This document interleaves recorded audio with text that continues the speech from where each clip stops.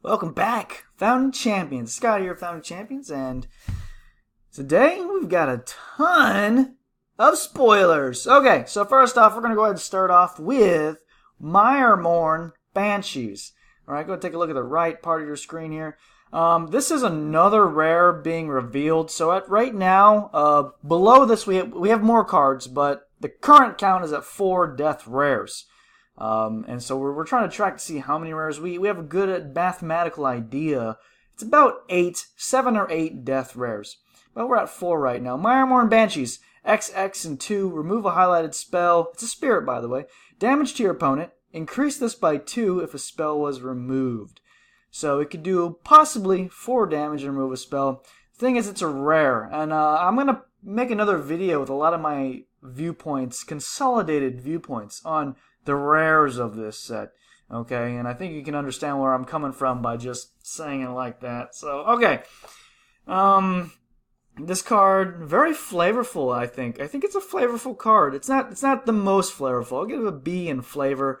In competitive play, I'm looking at from a 1 being the best to a 5 being the worst. No, how about this? Put it backwards. 5 being better. You know, who cares? Card sucks. Next up, God King's Aspect. Look at that art. Look at that. There's the God King himself, Sigmar. Well, I hope you weren't expecting for much. That's basically what it looks like. Okay, the highlighted champion cannot use abilities or heroic acts. So you flip this over.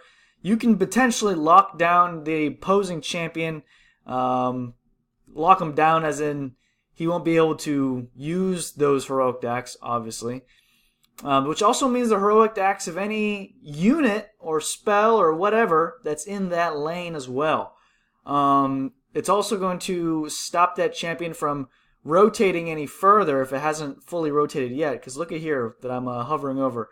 If it has an ability, it's not going to be able to use it. And, well, their champion's just never going to quest. But, in terms of flavor, is there supposed to be flavor? It's like English food, completely flavorless. And then we have the competitiveness of this card. This card's not really going to see competitive play, at least not yet. And I'm talking about set 1 and set 2. I'm not saying it's never going to see competitive play. That's the same thing with like Myrmourn Banshees. I'm not saying it's never going to see any kind of competitive play ever. What I'm saying is, for set 1 and set 2, especially for what we've seen so far, those cards, they're not going to see that competitive play. Let's see. And when I say competitive play, I mean, you can take that a few different ways. So, I mean, you can, I guess, get the silver or diamond in the Masters and have this in your deck for a few of those games and be like, oh, it's competitive, I believe it's good. Well, okay, man, sure. You say what you want. But next up, we got Frostlord Vorgrun Loshar. Loshar? I don't know. Damage, ability, play an ogre, play another ogre. It's going to take a minute for this guy to fully rotate, especially from the ogres we've seen. And I'm going to show you a couple more ogres, or at least one. I think there's another one in here. It's unique. Gives you 2 health. That's very good. Costs 9. When this champion deploys an ogre unit, deal 2 damage to your opponent. So it's better to have short rotation ogres in your deck. We haven't really seen any of that so far. I think everyone we've seen is at least, I think they've all been like 3 or 4. Have we only seen 1 ogre? Or am I just confusing that with something else? That's an elf beast. Yeah, so the ogre we've seen is a 4-corner card. Where are you? Yeah, Thundertusk Beast Riders, 4-corner. Not quite gonna get there. We need something that's a lot quicker. But dealing 2 damage, that's pretty cool. And if your opponent kills the unit that's here, then not only are you gonna be able to rotate this thing a lot faster, because then, you know, these slots are open for you to continue rotating it, but you get to do another 2 damage to them potentially. So I think this card's pretty good. I think that we need to see what other ogres come out, but this could be a very competitive card. And it's very flavorful, absolutely flavorful. Especially he's on a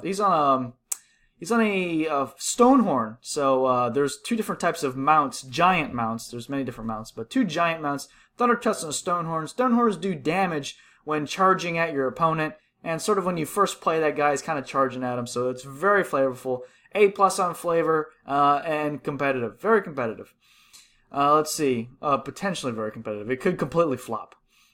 No Rest for the Wicked. Isn't that a song name? Or has lyrics in a song? So No Rest for the Wicked, Blessing. It's an instant. Deploy up to 3 spirit units so that's very good. Spirit units from your discard pile onto highlighted champions.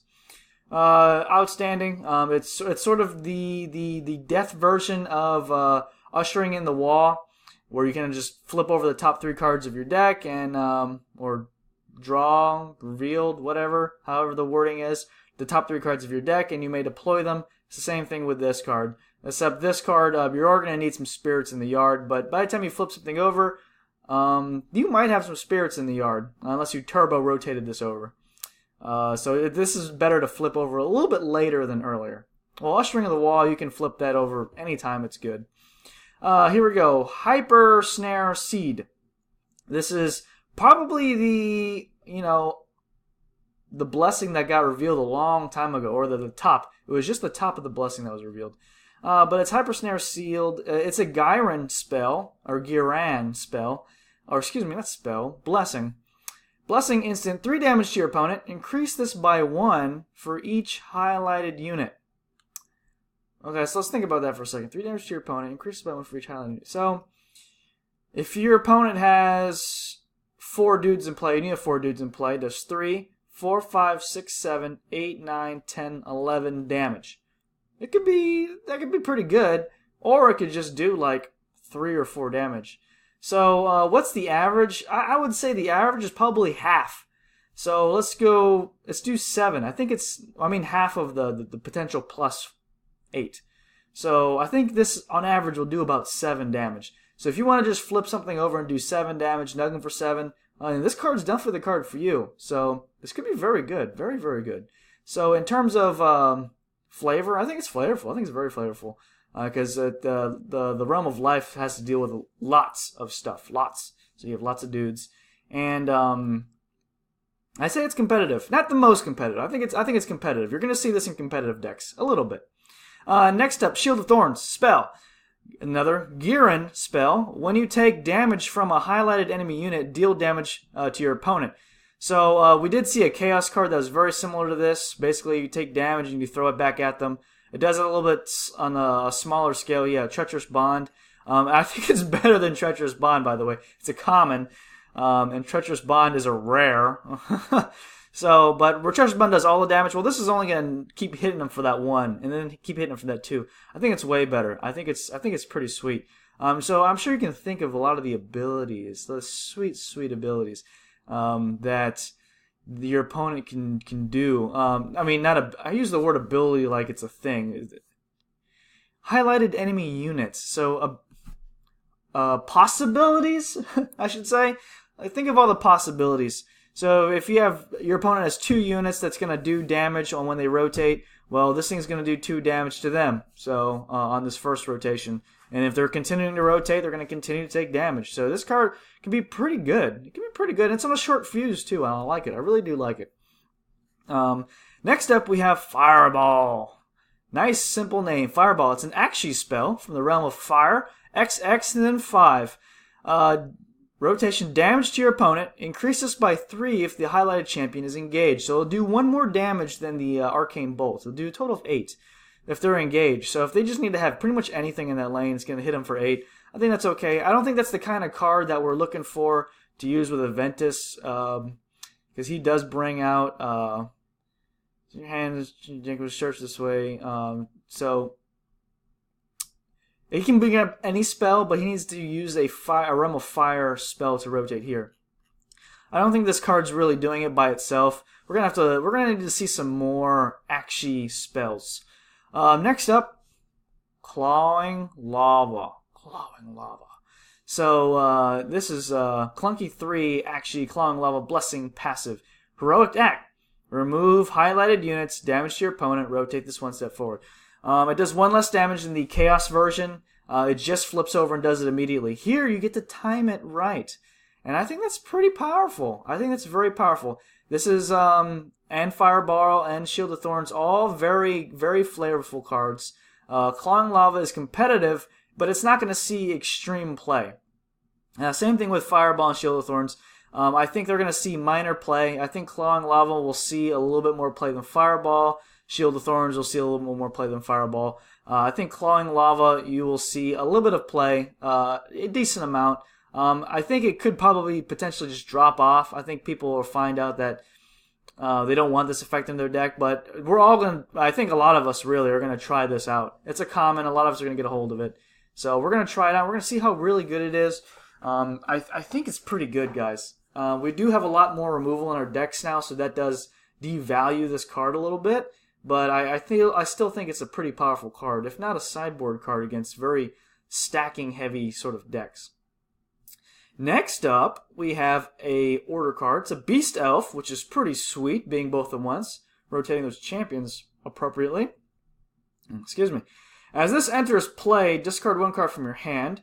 Damage to your opponent. Heroic deck, discard one elf unit from your hand to rotate this one step forwards.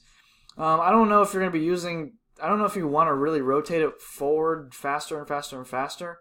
It's not a Stormcast, so it's not going to gain the other benefits for moving forward and backwards a few times. So, I mean, it does more than the average damage. It will do 8 with Lotan.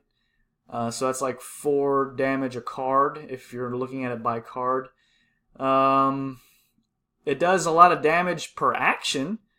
A little bit more than average. Slightly bit more than average. But I don't think that this card is necessarily that amazing. And again, it's a rare. So I don't know. In terms of flavor, it's not very flavor. Why are we discarding so many cards from our hand?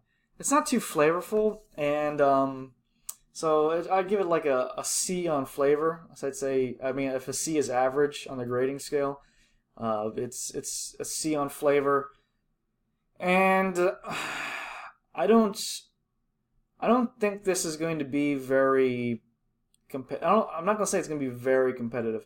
I think it will see competitive play if the elf deck is a competitive deck. The reason is because they interact with discarding cards and bringing cards back a little more. So being able to discard a card from your hand straight away, I think is pretty good.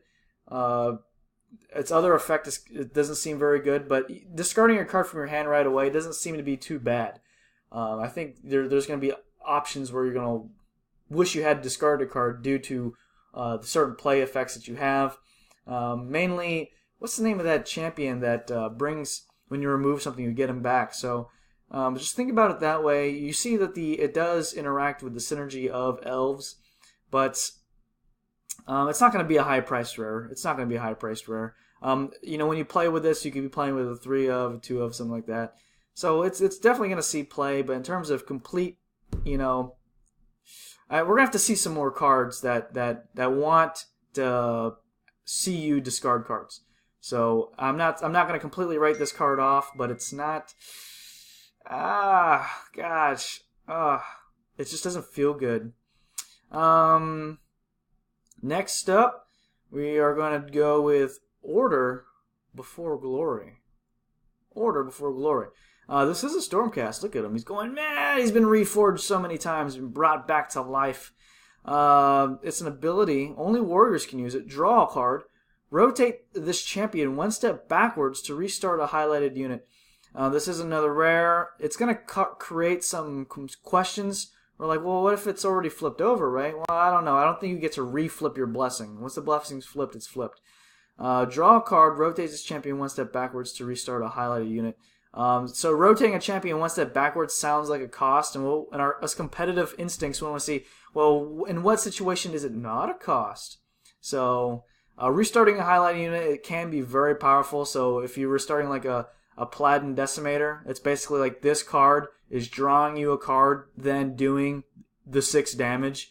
If it was on its last corner, so it's very good. I think it's going to be a good rare. It's going to hold some value. It's going to be great. And with that, I'm going to make a second part 2 video for the rest of these cards, and put your thoughts about some of the cards, some of my interactions with the cards below. Let me know what you think. So again, I do want to thank you for watching, and I hope you have an outstanding day. Watch the next video!